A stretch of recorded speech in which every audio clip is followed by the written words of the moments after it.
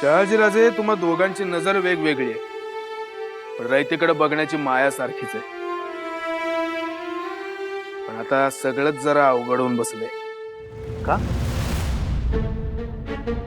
आता बघा, आपल्या वाडग्यातलं थाळ्यात पडलं किंवा थाळ्यातलं वाडग्यात जरी पडलं तरी आपलंच आहे ना.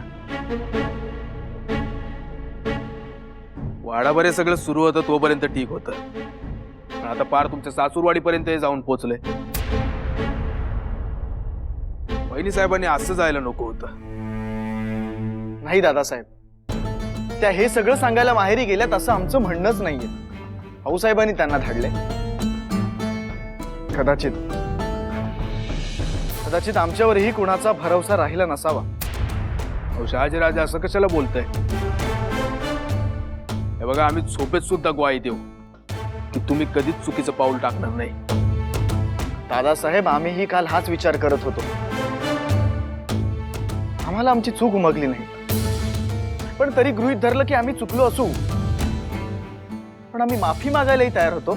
एक सांगू, आता कोण चुकीचं आहे कोण बरोबर आहे विचार सोडून द्या.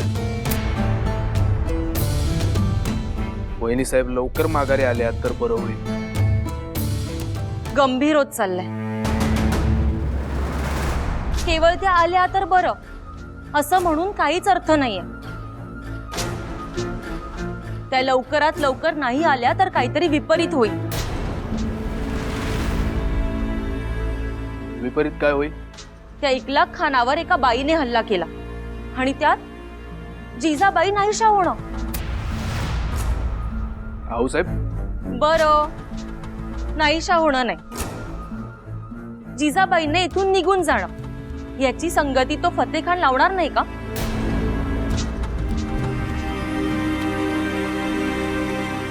आता जिजाबाईंने देवावरचं फूल उचललं हे आपल्याला माहितीये, त्या फतेखानाला माहितीये का? आणि जरी माहिती झालं तरी तो विश्वास ठेवणार आहे का? त्याचं डूक धरून इथे येणं आम्हाला स्पष्ट दिसतंय. डूक? कसलं डूक? ह्याच ठिकाणी तुम्ही त्याला म्यानाने चोप दिला होता. तुम्ही विसरला असाल, पण ज्याने मार खाल्ला तो विसरणार आहे का?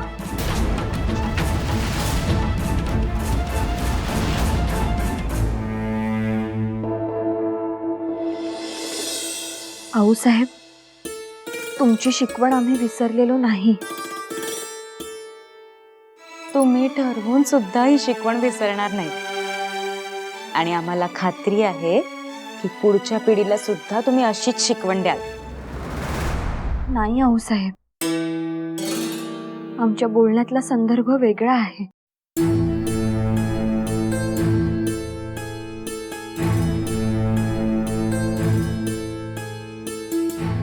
जिजा, आम्हाला तुमचा स्वर गंभीर वाटतोय की तसाच झालाय?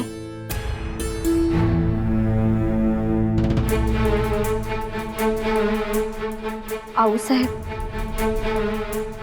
कालपासून सांभाळलेलं ओझं आता नाही झेपत. आम्हाला असं लटकं नाही हसता येते. जिजा, काय झालंय?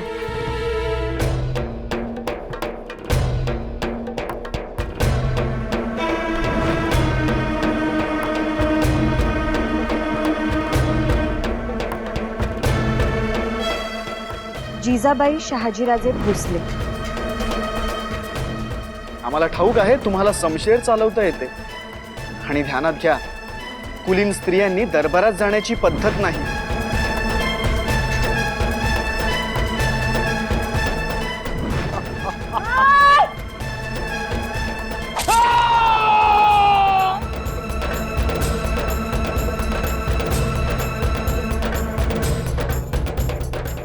आम्ही शपथ घेऊन सांगतो, आम्ही इकलाक खानावर हल्ला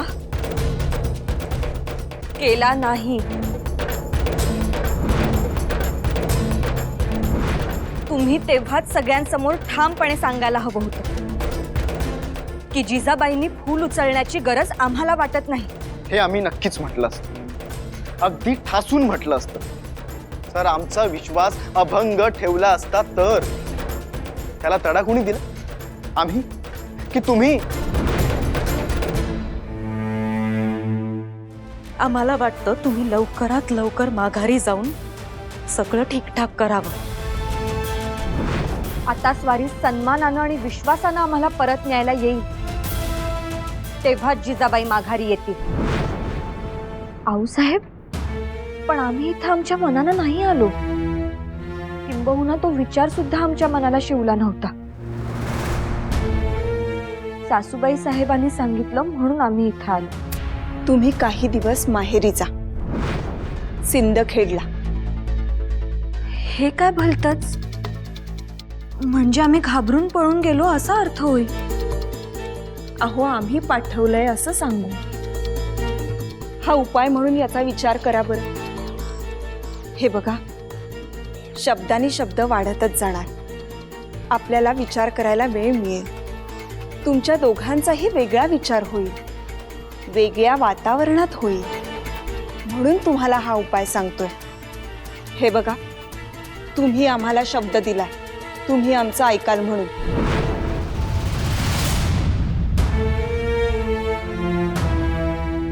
जिजा, आमच्या वेळी काय, त्यांच्या वेळी काय, काळ वेगळा होता. त्यांनी जे सांगितलं ते त्यांच्या अनुभवावरून. पण आता परिस्थिती बदलली आहे. आजूबाजूच्या माणसात बदल झाला आहे. आता बघा, आमच्या स्वारींना एकच भाऊ, त्यांच्या स्वारींना सुद्धा एकच भाऊ. घरात 10 माणसं म्हटली की त्यांच्या 10 पद्धती असणारच. पण आऊसाहेब, 10 असोत नाही तर 100, आपल्या माणसाचा आपल्यावर विश्वास नको का? कोणी काहीही सांगेल. आणि मुळात आमची काहीही चूक नसताना आम्ही का जावं? स्वारींनी येऊ दे आणि आम्हाला सन्मानानं घेऊन जाऊ दे.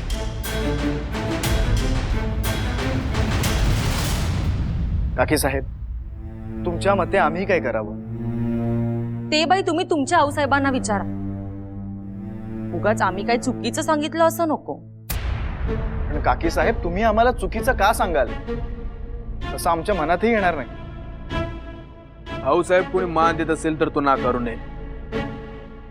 आणि राजे काय करावं इतकंच विचारतायत ना. आता एवढं सगळं बोललं तर काय करावं हेही सांगा. पटलं तर घेतील, नाही तर सोडून देतील. म्हणजे बघा, आम्हाला जे वाटतं ते आम्ही सांगतो. आता जिजाबाईंनी लवकरात लवकर माघारी यायलाच पाहिजे. पण ते कसं आणायचं ते तुम्ही बघा.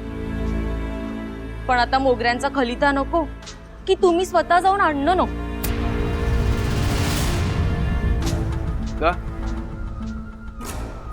हो ना, आम्हालाही समजलं नाही. आता त्यात न समजण्यासारखं काय? आपल्या वाड्याची, आपल्या कुळाची काही इब्रत आहे का नाही? जिजाबाई निघून गेला आणि तुम्ही पड खाऊन त्यांना आणायला गेलात, हाच अर्थ निघणार. मान कोणाची खाली जाणार? तुमचं बोलणं मनाला पटणारं असलं तरी रीतीला धरून नाहीये. का नाहीये? जिजा, तुम्ही बोलताय ते तुमच्या नात्यातल्या विश्वासावर. पण तो विश्वास बाहेरून दिसतो का? तो तुमच्या मनात असेल, शहाजी राजांच्या मनातही असेल. पण राजे रीतीला धरून वागतात असं तुम्हीच म्हणाला होतात ना? हो. स्वारींनीच न्यायला यावं असा नियम आहे का? असं कोणी विचारलं तर तुमच्याकडे जबाब आहे त्याचा? आहे? नाहीये. आणि समजा जिजा, शहाजी राजे तुम्हाला न्यायला आलेच नाहीत तर?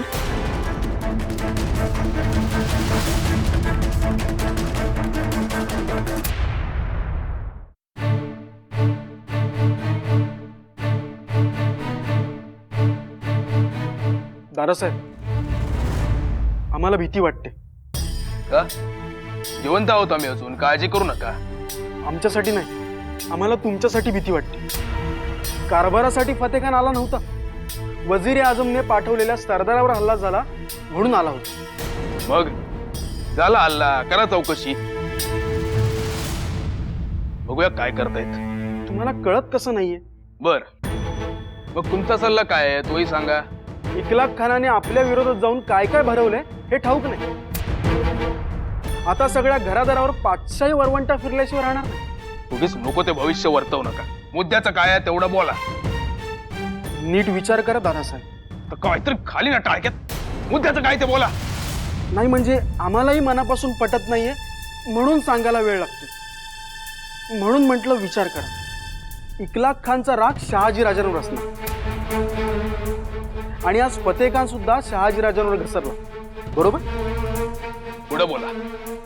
नाही म्हणजे सगळ्या घरादारावर वरवंटा फिरण्यापेक्षा आपण फतेखानशी सुलूक करूया.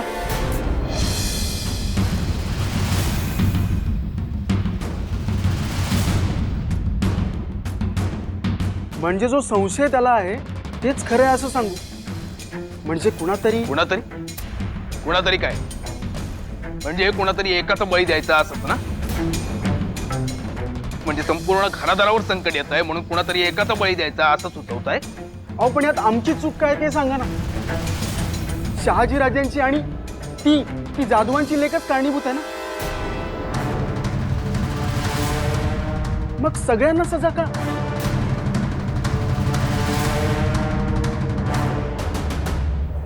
नेमकं खाता काय हो तुम्ही? असले बुरसटलेले विचार येतात तुमच्या डोक्यात. तुम्ही वस्तुस्थिती नाकारते दादासाहेब. हेच घडलं. बरं एवढंच घडलं असंही नाही. आता जाधवांची लेक आपल्या बापाकडे गेली. तिकडे जाऊन काय काय सांगणार कोण जाणे. म्हणजे तुमच्यात आणि त्यांच्यात अधिक विदुष्ट होतं ते आणखीन वाढणार. वहिनी साहेबांना इतक्या वर्षात इतकंच ओळखलं का तुम्ही? ते असं कधीच करणार नाही. त्या जाधव आणि भोसलेंमधला वाद कधीच वाढू देणार नाही. तुम्हाला आम्ही सांगतोय ते पटत नाहीये ना. मग बघा शब्द न शब्द असाच घडतोय की नाही ते पहा. ठीक आहे ना, आम्ही पाहूत. आणि उगीच आपल्यात फूट पडून फतेखानला नको ती माहिती पुरवू नका. नाहीतर तुम्ही आहात आणि आम्ही आहोत.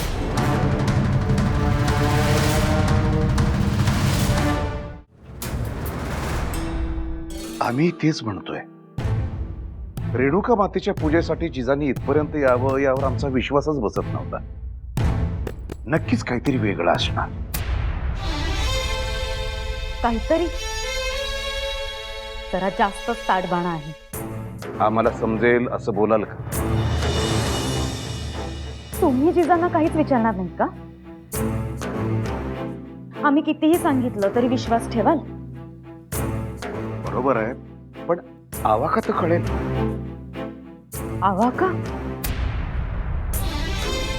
अहो आपल्या जिजा रयतेसाठी वजीर आजमकडे धडकून आलाय.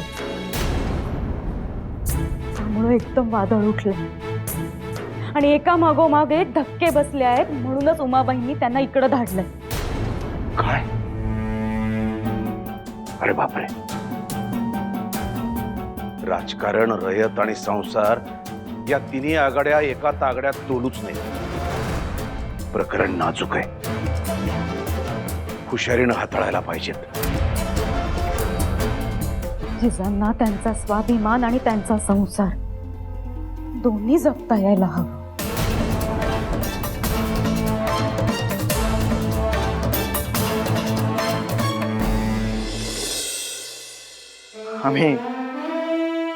आम्ही फार गोंधळून गेलो. काय लपवावं आणि काय सावरावं असं झालंय. कारभार आणि संसार एकत्र धरू नये.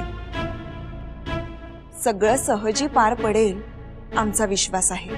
अहो साहेब सगळंच तुटेपर्यंत ताणलं जातंय. आम्ही गेलो तरी पुन्हा नाचक्की होणार. त्या येणार नाहीत. आणि हा त्या आणि हा आम्हाला नाही कळलं. त्या म्हणजे जिजाबाई का? तुम्ही उगाच त्यांना दोषी का ठरवताय?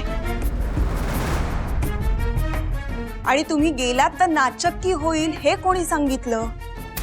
स्वारी आपल्या मंडळीला घ्यायला माहेरी गेली तर ते प्रत्येक स्त्रीला आवडतं नव्हे, ते हवंच असतं. जिजाबाई निघून गेल्या आणि तुम्ही पड खाऊन त्यांना आणायला गेलात, हाच अर्थ निघणार. मान कोणाची खाली जाणार? भलते विचार मनात आणून गोंधळ वाढवू नका आणि उगाचच त्यांना दोषी ठरवू नका. आऊसाहेब, पण जे काही घडलंय त्यावरून आम्ही त्यांना दोषी धरतच नाही, पण बाकीचे त्यांनाच दोषी धरतायत. आता आम्ही आमच्याच तोंडून काय सांगायचं? जाऊ द्या. बोला, अहो बोला ना. आम्हाला तरी कळू देत कोण त्यांना बोल लावतं ते. शहाजीराजांची आणि ती जाधवांची लेखच कारणीभूत आहे ना. मग सगळ्यांना सजा का? आऊसाहेब, एवढंच सांगतो, आता त्यांना सुनबाई किंवा वहिनी साहेब म्हणण्याऐवजी जाधवांची लेख म्हणेपर्यंत मजल गेली. त्यांचाही उद्धार होतोय आणि जाधवांचाही होतोय. त्यात हा फत्तेखान नेमका डोक्यावर येऊन बसलाय. त्याचा विषय महत्वाचा नाही असं आम्हाला म्हणायचं नाही, पण जिजाबाईंच्या विषयामध्ये त्याला मध्ये आणू नका. राहिली गोष्ट जिजाबाईंच्या उद्धाराची, तात्पुरती ती गोष्ट आपण बाजूला ठेवू. आपण कापूर लावतो, त्याचा वास किती वेळ राहतो त्यालाही मर्यादा असते की नाही? तसंच या विषयाचा वासही फार काळ टिकणार नाही. तुमचं जिजाबाईंबरोबर जे नातं आहे ते तुम्ही घेतलेलं एक व्रत आहे. त्यावरचा बारीकसा ओरखडा तुम्ही हात फिरवला तर निघून जाईल, नाहीतर कायमचा व्रण राहील. साहेब, आम्ही माफीच मागणार होतो, पण त्याच गेल्या. अहो, माफीच मागायची आहे तर सिंदखेडी जाऊन मागा. जाऊन माफी मागा आणि त्यांना परत घेऊन या.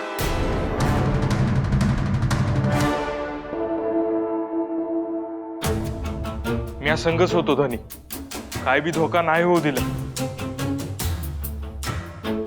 आमचा विश्वास हाय गोमाची.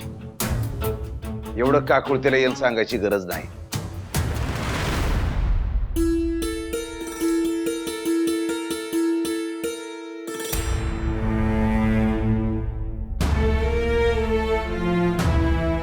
आबासाहेब, आम्हाला सांगावा धाडला होता. होय गोमाजी, या तुम्ही.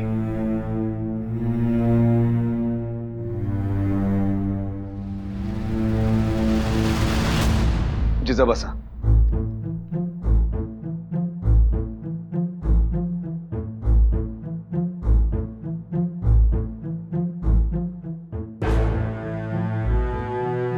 आम्हाला बोलावलंय म्हणालात आणि काहीच बोलत नाही आहात.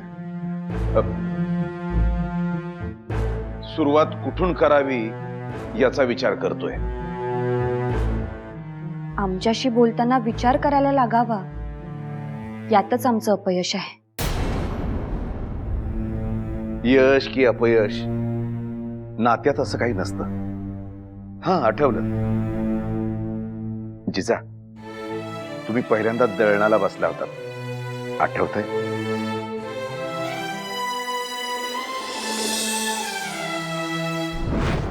भरताराला सांगतो म्हणजे नवऱ्याला सांगतो असं तुम्ही म्हणालात.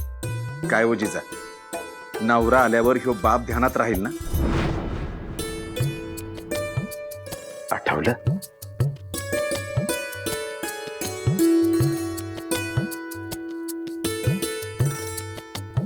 बापाला ध्यानात ठेवाल का असं विचारलं होतं. आणि तुम्ही हो म्हणाला होतात.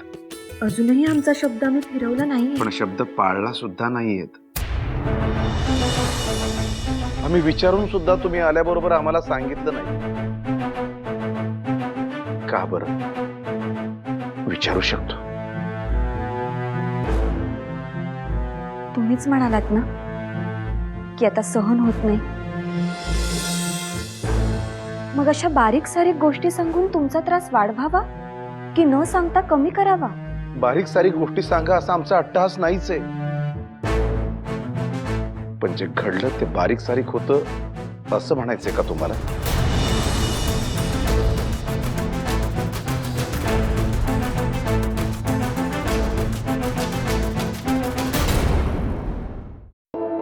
तुम्ही आत्ताच्या घटना सांगितल्यात मान्य, पण आम्हाला केवळ आत्ताचा विचार नाही करता येणार.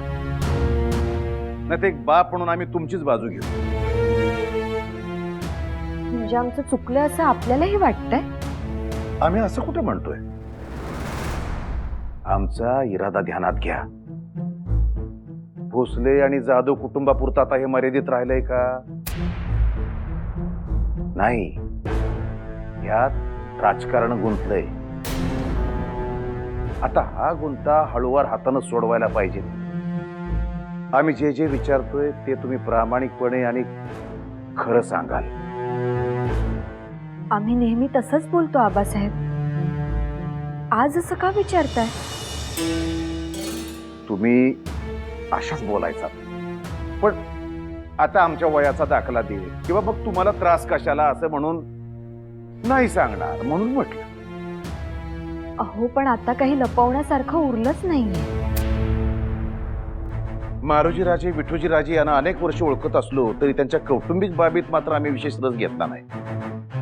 पण आता इलाज नाही म्हणून विचारावं लागतंय. गैरसमज होऊ देऊ नका, पण सारा वसुली न होणं, तनका वेळेत अदा न होणं हे आत्ता घडतंय का? आमच्या आत्ता आत्ता लक्षात येऊ लागले. बर, ठीक. शहाजी राजांना मनसबदारी मिळाल्यानंतर पायक्यांचा महसुलाचा कारभार विठूजी राजे बघत होते.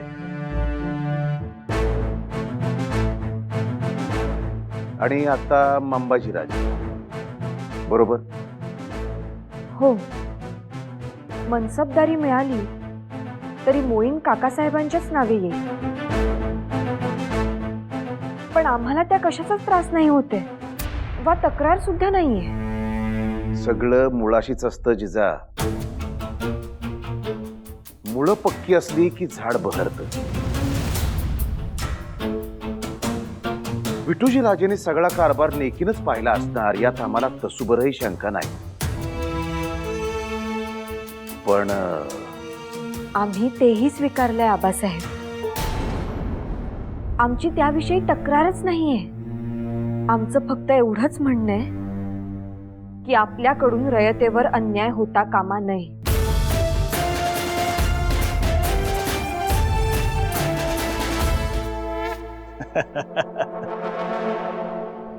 कासिम खान, पूरी बात बताने की जरूरत नहीं, बस इतना बताते हैं कि भोसले सरदार हमारी तरफ से हो सकते हैं.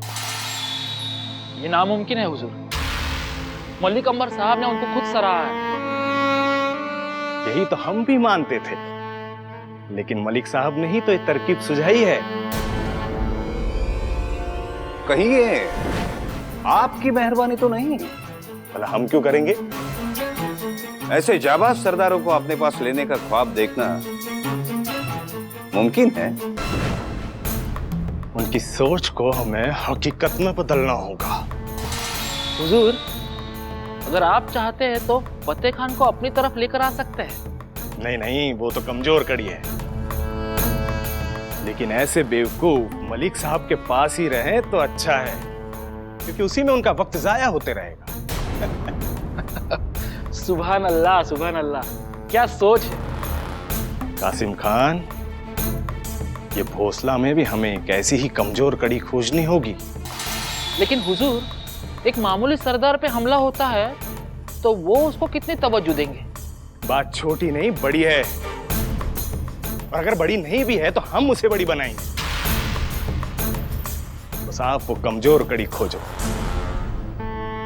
खोजने की जरूरत नहीं है हुजूर, वो हमें पता है. कौन? मंबाजी राजे भोसले.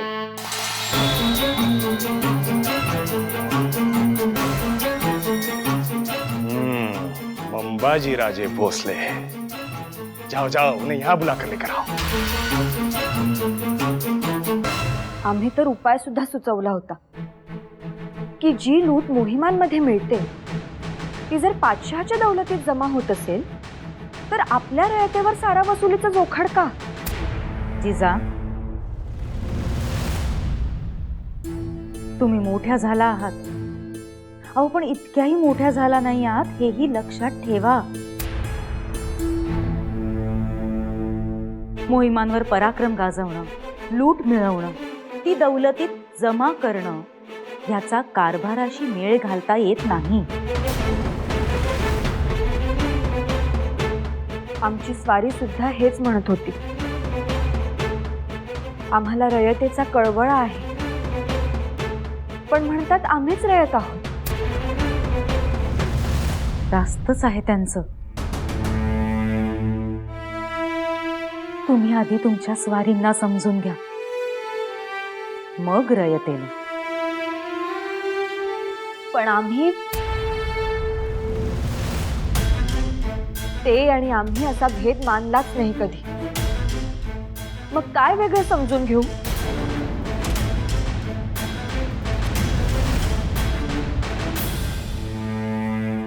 थांबा थांबा, आम्ही समजावू जिजांना. दोघांचा मुद्दा रास्त आहे. लूट आणि महसुलात मिळणारी सवलत यांचा मुद्दा शहाजीराजेंनी बोलून होणार नाही. त्यासाठी आम्ही वजीर आझमशी बोलतो. एक काम करा, त्यांना म्हणावं जोवर इथं आहे तोवर आम्ही काम करताना आमच्या जवळ बसा. म्हणजे आम्ही दाखवून देऊ की एकाच नजरेनं बघून हे चालत नाही.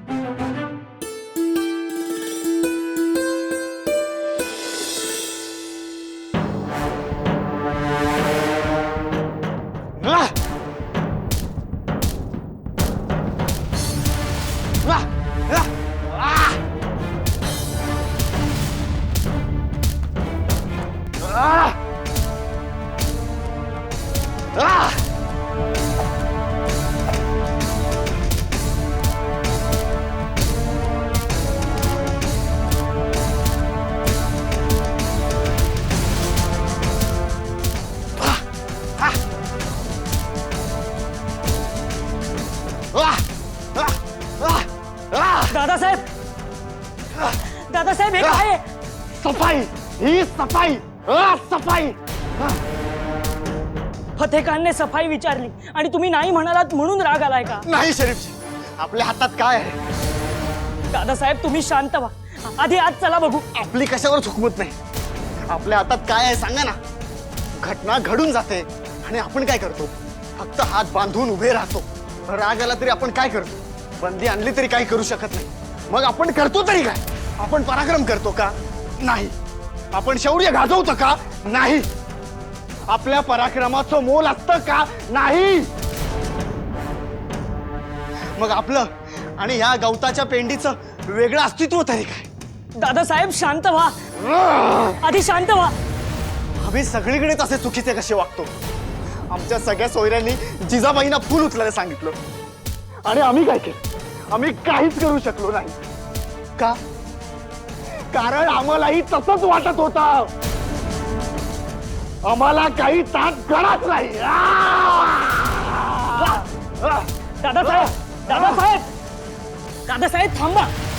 जे व्हायचंय ते होऊन गेलंय. आधी काय झालंय, आता काय होतंय याचा विचार करून तुम्ही स्वतःला कष्टी करून घेऊ नका. दादासाहेब मी तुमच्या पाठीशी नेहमीच लक्ष्मणासारखा उभा आहे. तुम्ही आज चला बघू. आई शरीफजी, आता सगळं संपलं. संपलं. संपलंय की काय ते आज जाऊन बघूया. आधी चला चला. आई आई, कासिम साहब आई, तशरीफ रखिए.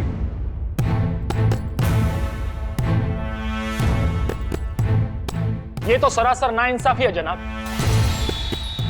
अब हमें सीधा अंदर लेके आए. बाहेरच्या सदरेवर आपकी मेहमान नवाजी करायला आम्हाला आवडलं असतं, पण असं लपून आणलंय यात तुमचाच फायदा आहे. राजे हम यहाँ आपके मुनाफे की बात करने आए हैं और आप हमें ही सुना रहे हैं. अच्छा, तो पहले आप बताइए, फिर हम बताएंगे। वजीर आजम मियां राजू साहब ने आपको याद किया था और ये भी फरमाया था कि किसी को कानो कान खबर नहीं लगनी चाहिए। कासिम खान साहब, ऐकून काळीज भरून आलं। वजीर आजम हमें याद कर रहे हैं, हमारे बारे में सोच रहे हैं। वाह वाह। यही तो हम फरमा रहे थे कि ये वारदात कोई जश्न से कम नहीं है। बिल्कुल बिल्कुल।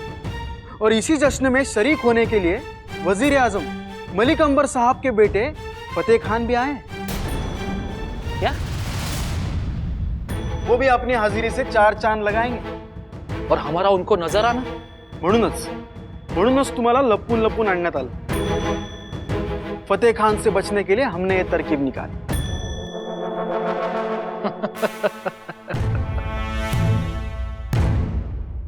वाह, बहुत खूब राजे, बहुत खूब। फतेह खान साहेबांनी आपल्याला सदरेवर बोलवलं आहे। या तुम्ही। आपको नहीं, हमें बुलाया। आप यहाँ इत्मीनान से बैठिए, बैठिए बैठिए। हम बस अभी आते।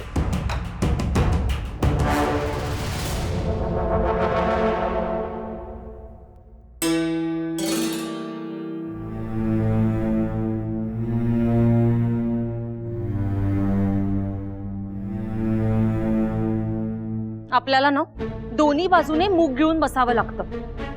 काय करणार, आपलेच दात आणि आपलेच ओठ। अहो किती दिवस झाले निवांत बसून बोललोच नाही आपण, नाही का? बसा ना। काय करणार, निवांतपणा कोणी देतच नाही। जाऊबाई, आम्हाला ना आमच्यापेक्षा तुमची काळजी जास्त वाटते हो। अगं बाई, हो का? का हो? का म्हणजे काय? तुम्हाला किती ऐकावं लागत असेल नाही? सुनबाई माहेरी गेल्या, घराण्याचा काही विचारच नाही। नाही म्हणजे असंच ऐकवत असतील ना? माहेरी गेल्या तर म्हणणार स्वारींना जुमानत नाही, स्वारींचं ऐकत नाहीत। आणि माहेरीच राहिल्या तर म्हणणार स्वारींवर प्रेमच नाही। हो ना? लोक काय हो, काही झालं तरी बोलणारच। आपण कुठे लक्ष देतो? तुम्हीही नका त्रास करून घेऊ हो, सोडून दे। नाही बाई, आम्हाला नाही तसं जमत, त्रास होतो। मग आमच्याकडे येत जा, जुन्या आठवणी तुम्ही आणि आम्हीच बोलायच्या ना। तुम्ही इथे आलात तर लगेच बरं वाटेल बघा।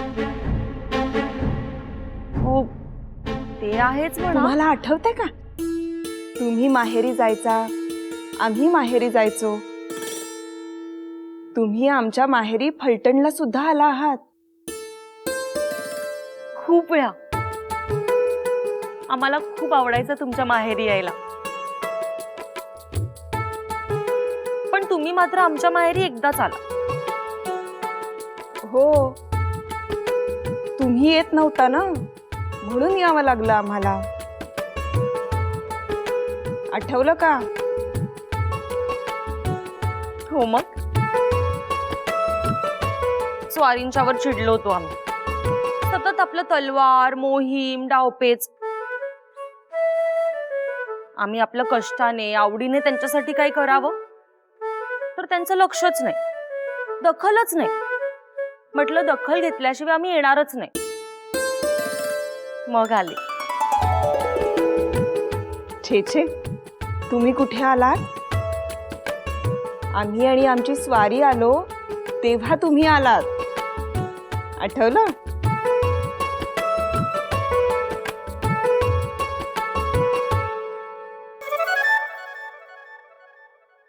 जाऊबाई, तुम्ही पण अशा आहात ना की काय बोलावं? अगं बाई, काय झालं आम्हाला तरी कळू दे। छे छे, गोड बोलून तुम्ही पायाने जी गाठ बांधाल ना, ती आम्हाला हाताने सुद्धा सोडवता यायची नाही।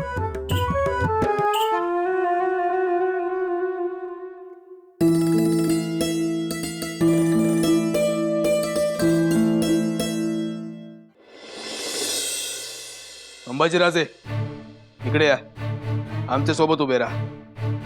क्यों?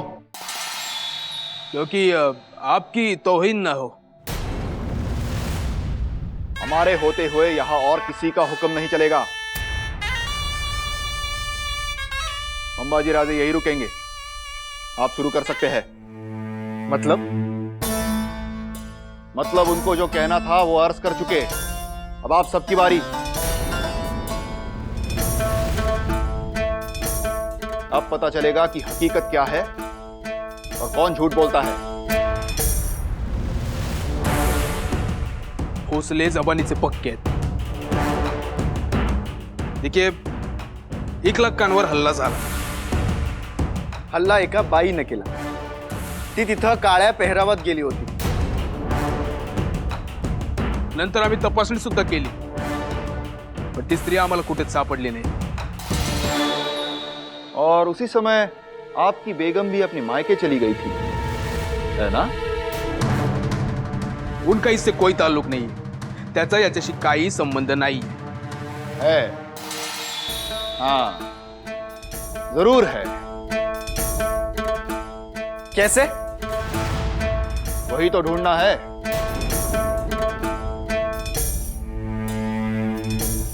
एक औरत इकलाक खान पर हमला बोल देती है और दूसरी उसी समय अपने मायके चली जाती है. क्यों? क्यों?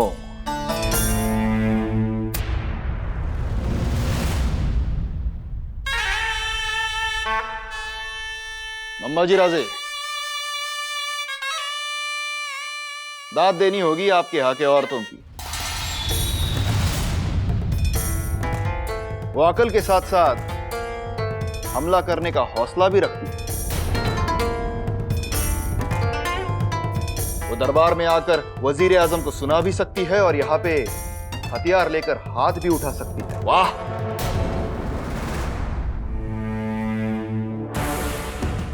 अंबाजीराजे अजून काय काय बोलवून ठेवलेत? आम्ही काहीच लटकं सांगितलं नाही दादासाहेब. संभाजी राजे, ये दूसरी बार आपने गुस्ताखी की है. हमारे होते आप किसी पर उंगली नहीं उठा सकते.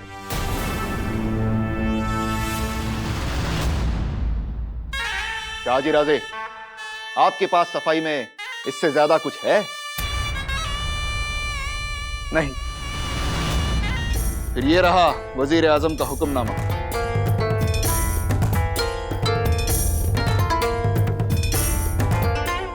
ये मसला सुलझने तक आप पर सिक्का चलाने पर रोक लगाई गई.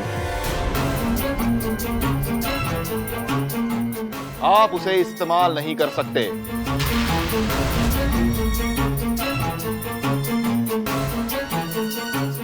देख लो.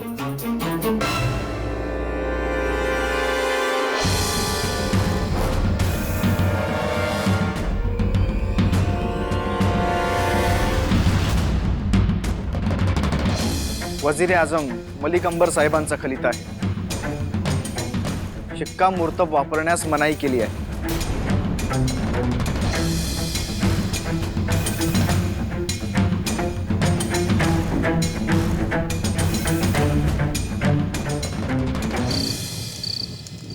तुम्ही आग भडकावली आणि त्यामुळे वेळ आली.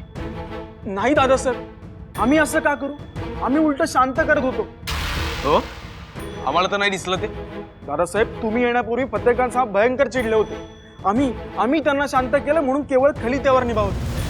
दादासाहेब, पण खलिता म्हणजे सगळं संपलं, जहागिरी गेली असं का वाटतंय तुम्हाला? शरीफजी, शिक्कामोर्तब वापरण्यावर बंदी याचा अर्थच तो होतो. पण आपण वजीर आजमांकडे याबाबत खुलासा का नाही करू शकत? त्यांचे कोणीतरी कान भरलेत हे उघड आहे. पण जर तुम्ही गेलात तर आपली बाजू सुद्धा ते समजून घेऊ शकतील. शरीफजी, सगळ्या मोहिमा, त्यात केलेली पराक्रमाची शर्थ या असल्या क्षुल्लक गोष्टींनी पणाला लागते. सगळ्यांवरच पाणी. दादासाहेब, असे नाउमेद का होत आहे? शहाजीराजांची बाजू घेत होतात म्हणून वाईट वाटतंय का त्यांच्यामुळे आता पुन्हा देऊळगावाला जाऊन हातात नांगर घ्यावा लागतो का असं वाटतंय? किती मूर्खपणा कराल. शिक्कामोर्तबवर आम्हालाही बंदी आहे, ठाऊक आहे ना. फक्त पराक्रमाचं मोल असं होतंय म्हणून वाईट वाटतंय. त्याचं वाईट आम्हालाही वाटतंय, पण काहीतरी वाट सापडेलच की. आता बघा, तुमची समशेर म्यान झाली असली तरी आमची बुद्धी अजून शाबूत आहे. आम्ही नवीन वाट शोधून काढतो की नाही बघा. आऊसाहेब म्हणाल्या तसं हे प्रकरण काटशहच असेल तर? नाही शरीफजी, हा निर्णायक घाव आहे. कसला घाव? तुमच्या वहिनी साहेब वजीर आझमना त्यांच्याच दरबारात सुनावून आले, त्याची सजा त्यांना नाही आम्हाला ही अशी दिली